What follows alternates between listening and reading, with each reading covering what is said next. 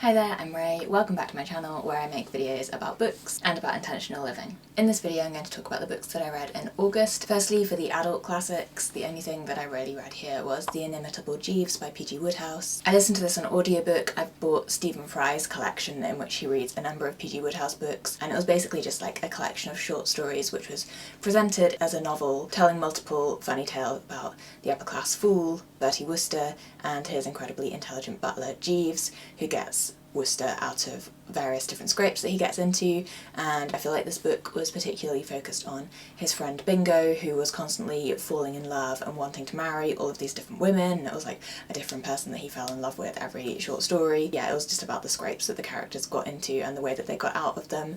The language was really, really funny. Stephen Fry's collection of books started with this one, which is the only one that I've read before. However, I really enjoyed it as background listening. I think these books are perfect for that kind of just like comfort, switch off. You don't have to read them in a rush at all. You can listen to half a story and come back to the other half of it 3 months later and you won't have missed anything or forgotten anything. They're just really pleasant, beautiful, funny language. Lovely comfort reads or comfort listens, especially being read by Stephen Fry. Then on to children's classics, I read Wildflower Girl, which is the second book in the Children of the Famine trilogy by Marita Conlon-McKenna.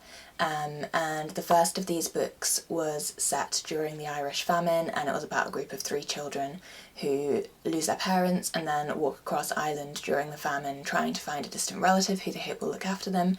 And this second book was a very different storyline but equally brilliant. I'm really so impressed with Conlon-McKenna as a children's author. This book is set with the same family but 7 years later, and it follows the story of the youngest girl who decides to take passage to America to start a new life because things are still pretty bad in Ireland. And it just did a really wonderful job, again like the first book, of showing all the hardships that the characters face. So it really does show the difficulties of the passage to Ireland, the vulnerability of these young children. So I think Peggy, the girl in it, is 13 when this story is set, so you know, really still a child, but starting out in an adult world in a foreign country by herself. It shows the risk of abuse from employers and the snobbery of employers, and there's definitely like an upstairs downstairs kind of feel to the book, which I really enjoyed.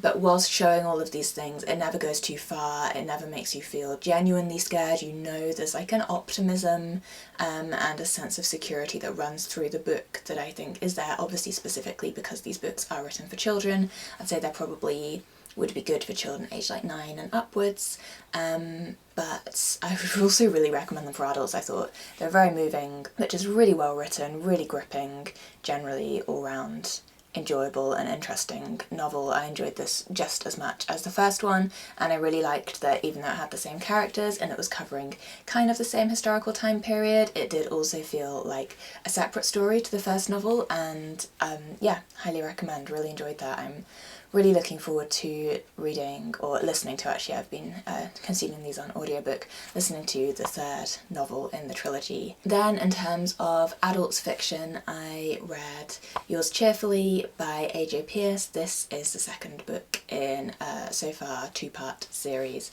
about a girl called Emmy Lake, who is a young reporter working during the Second World War, and she writes for a women's magazine, particularly in the Agony Aunt pages, providing help and support for other women in Britain who were living on the home front during World War II. I really enjoyed the first book in this series, Dear Mrs. Bird, and this, the second book, I also really enjoyed. I felt with Dear Mrs. Bird it kind of took me by surprise a bit because it wasn't quite as sweet and charming as I anticipated it was going to be. It had more kind of gravitas to it than I was expecting from a women's commercial fiction kind of book. This second book I also really enjoyed, but I felt like it kind of was what I anticipated Dear Mrs. Bird was going to be. So I would say it was more light and funny than the first book. I wasn't perhaps quite so gripped by the storyline. I still felt like it did a really good job of exploring important women's issues during the Second World War. So the main focus of the storyline was looking at the plight of women war workers, particularly mothers with young children, and how if their husbands died, or particularly if their husbands went missing and they lost their husband's salary or they weren't receiving yet a pension from that husband, they really literally couldn't afford to not work themselves, and yet they also couldn't afford to or couldn't find childcare that was provided at the right time for their children, and so they ended up in this catch-22 of not being able to work because they had a child and not being able to have the financial means to care for that child unless they worked. And it was, yeah, a really fascinating area of World War II home front culture that I had previously been unaware of.